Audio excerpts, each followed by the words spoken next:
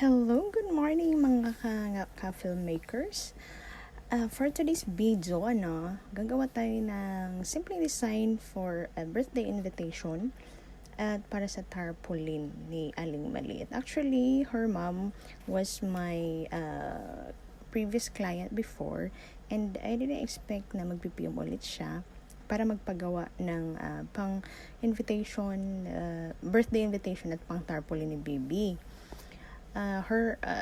Itong si Madam, client ko siya dati, nagpagawa siya ng layout din para sa christening ni baby or baptism.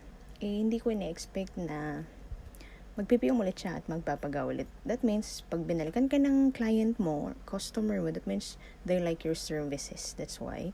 So, I'm so much thankful sa mami ni Aling Maliit na si Ma'am Nalin. Siguro yun. So, ito,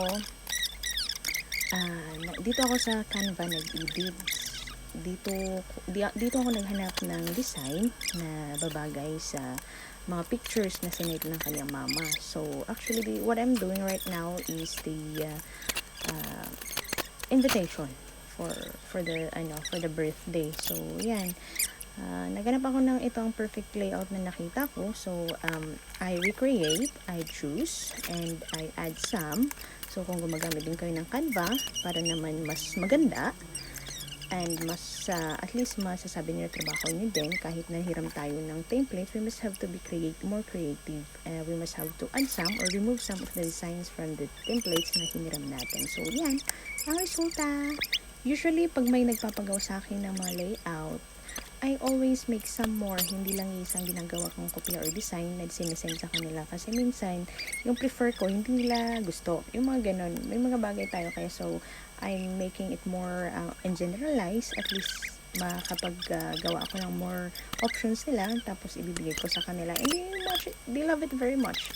Hindi naman siguro kawalan or mahirap for me, it's not that so hard na ibigyan sila ng more options para sa magustuhan nilang design.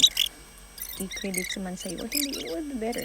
I will be, depende na yun. And I feel better with that na hindi i-credit sa akin. So, yan.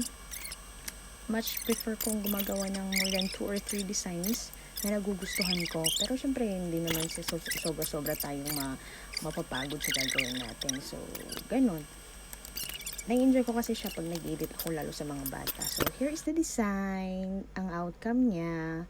Ito yung sa tarpaulin choice 1 and 2. And then, ito yung sa tarpaulin choice 3 and 4. Yan. I have 4 choices sa tarpaulin. At saka dalawa sa design ng invitation para for their own choice. So, thank you for watching.